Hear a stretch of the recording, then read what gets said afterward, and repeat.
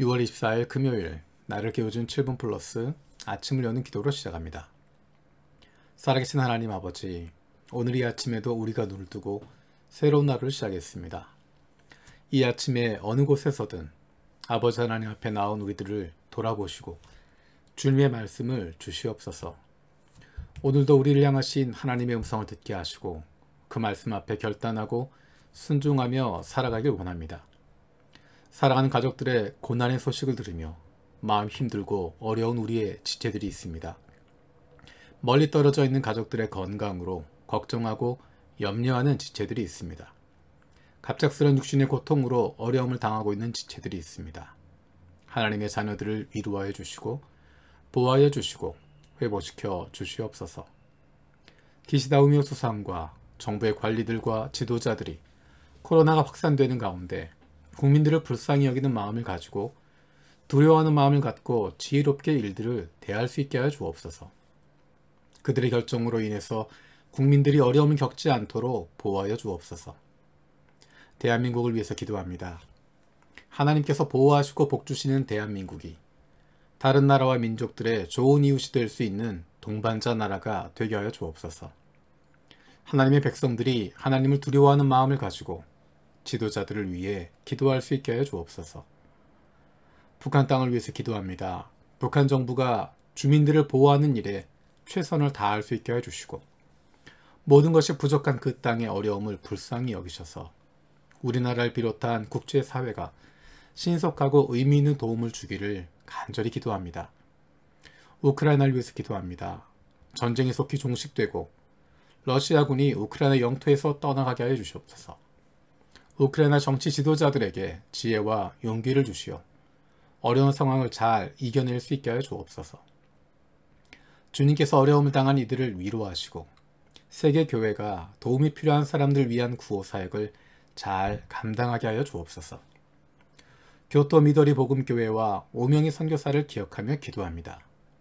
마음을 다해 하나님을 사랑하고 예수님을 닮아가는 교회가 되게 하여 주옵소서. 영혼을 구원하여 제자 만드는 교회가 되게 하여 주시고 주일 예배 후에 주일학교, 중고등부, 작년부에 성경 공부가 잘 준비되어 이루어지게 하여 주옵소서.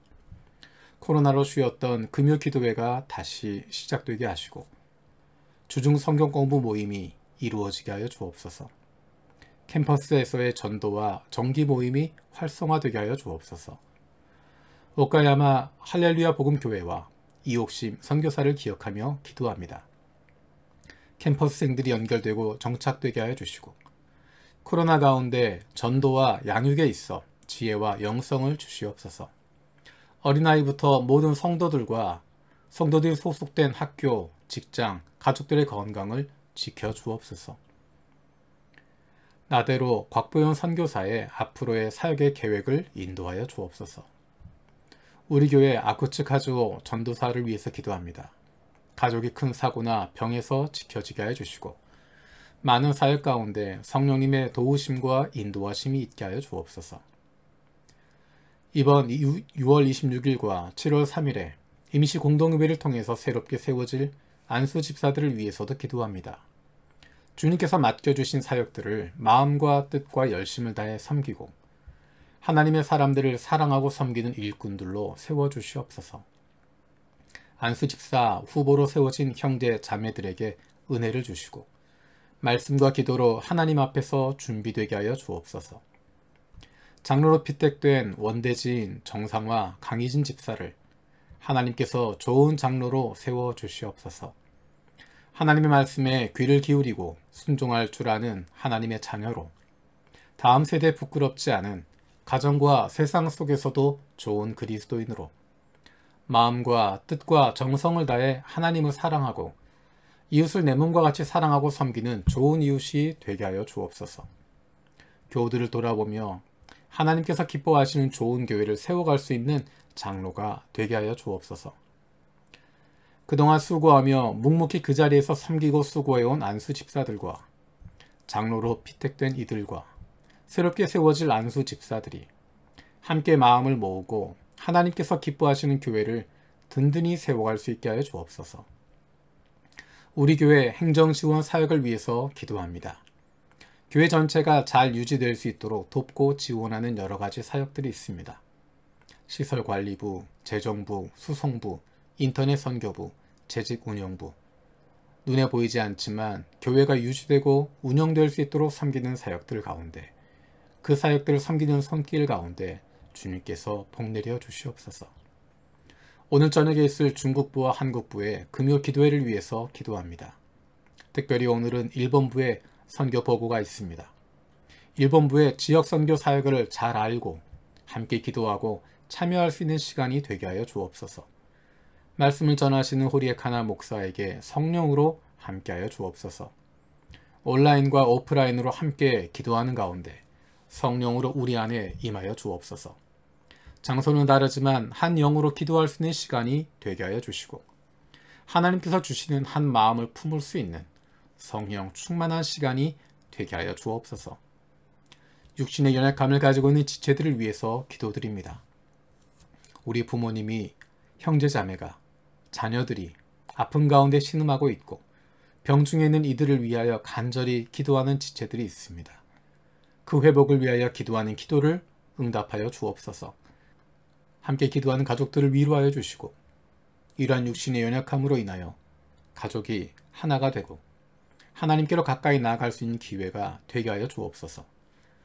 믿음을 잃어버리지 않게 하시고 확신을 가지고 감사함으로 간구하게 하여 주시옵소서. 못된 암세포들 예수 그리스도 이름으로 사라지게 하여 주시고, 치료의 광선으로 저들의 아픈 부위를 비추어 주시기를 원합니다. 예수 그리스도의 치료의 손길로 안수하여 주시고 새로운 세포들이 소생하게 하여 주시옵소서. 특별히 우리 세준이를 위해서 기도합니다. 2차 항암 치료까지 마쳤습니다. 그 약들이 잘 듣게 하여 주셔서 못된 암세포들 다 사라지게 하여 주시옵소서. 감사드리고 예수님의 이름으로 기도드립니다. 아멘. 오늘 함께 읽을 리바이블 21, 22 말씀은 마가복음 9장에서 12장까지 말씀입니다. 그 가운데 이 시간에는 마가복음 10장 17절에서 22절 말씀을 읽겠습니다. 예수께서 길을 떠나시는데 한 사람이 달려와서 그 앞에 무릎을 꿇고 그에게 물었다. 선하신 선생님, 내가 영원한 생명을 얻으려면 무엇을 해야 합니까? 예수께서 그에게 말씀하셨다. 어찌하여 너는 나를 선하다고 하느냐? 하나님 한 분밖에는 선한 분이 없다. 너는 계명을 알고 있을 것이다. 살인하지 말아라, 간음하지 말아라, 도둑질하지 말아라, 거짓으로 증언하지 말아라, 속여서 빼앗지 말아라, 네 부모를 공경하여라 하지 않았느냐? 그가 예수께 말하였다. 선생님, 나는 이 모든 것을 어려서부터 다 지켰습니다. 예수께서 그를 눈여겨보시고 사랑스럽게 여기셨다. 그리고 그에게 말씀하셨다. 너에게는 한 가지 부족한 것이 있다. 가서 네가 가진 것을 다 팔아서 가난한 사람들에게 주어라. 그리하면 네가 하늘에서 보화를 차지하게 될 것이다. 그리고 와서 나를 따르라. 그러나 그는 이 말씀 때문에 울상을 짓고 근심하면서 떠나갔다. 그에게는 재산이 많았기 때문이다. 오늘 본문에 등장하고 있는 한 사람이 있습니다. 그는 얼마나 훌륭한 사람인지 모릅니다. 영생에 대한, 영원한 생명에 대한 간절함이 있습니다. 그리고 예수님을 향해서 선하다라고 부를 수 있는 영적인 눈이 있습니다. 뿐만 아니라 그는 어려서부터 모든 계명 다 지켰다라고 이야기합니다. 그 사람을 향하신 예수님의 마음은 21절에 있는 말씀처럼 사랑스럽게 여기셨다에 있습니다. 그리고 그를 눈여겨보셨습니다. 그를 사랑스럽게 여기시면서 한 가지 그의 부족한 부분을 알려주십니다. 그것이 21절의 말씀입니다. 네가 지금까지 율법을 어려서부터 다 지켜왔지만 한 가지 부족한 것이 있구나. 이제 남아있는 것은 그의 결단입니다. 지금까지는 자기가 배운 대로, 어려서부터 배운 대로 행해왔습니다. 어려서부터 율법을 다 지켜왔습니다. 어려서부터 배워왔던 대로 살아왔습니다. 하지만 거기에 무엇인가 부족함이 있음을 깨닫게 된 것이고, 그래서 예수님께 나온 것입니다. 그런 모습을 보면서 예수님은 눈여겨보시고 그를 사랑스럽게 여기셨다 말씀하십니다. 그래서 그에게 부족한 한 가지를 알려주십니다. 율법을 지켜왔지만 어려서부터 지금까지 율법 가운데 살았지만 그 중심에 있는 하나님의 마음을 몰랐던 것입니다. 그의 기준은 사람들이었습니다. 사람들이 어떻게 보는지, 무엇을 행하는지에 관심이 있었습니다. 그가 어떤 일을 하는지, 다른 사람들로부터 어떤 평가를 받는지, 그 부모로부터 배웠던 것, 그것을 어떻게 하고 있는지, 그런 행동들, 거기에 관심이 있었습니다. 하지만 하나님의 관심은 사람에게 있습니다. 상대방을 어떻게 생각하는가? 규정을 지키는 것보다, 물질보다 그 영혼을 더 중요하게 생각하고 있습니다.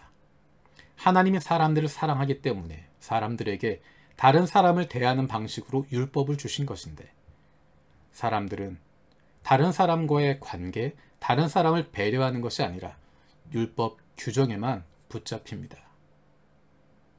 마찬가지로 이 청년도 마찬가지입니다. 그가 지금까지 배워왔던 것, 지금까지 지켜왔던 것, 그것은 그들의 어른들로부터 배워왔던, 그 공동체가 늘 해왔던, 율법은 지키지만 그 중심에 있는 하나님의 마음은 알지 못했던 것입니다.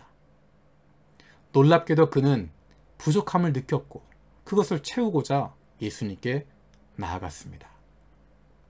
안타까운 것은 예수님께서 그를 사랑스럽게 여기시고 그의 부족한 한 가지를 알려주셨는데 그는 결단을 내리지 못합니다. 현실을 떠나지 못합니다.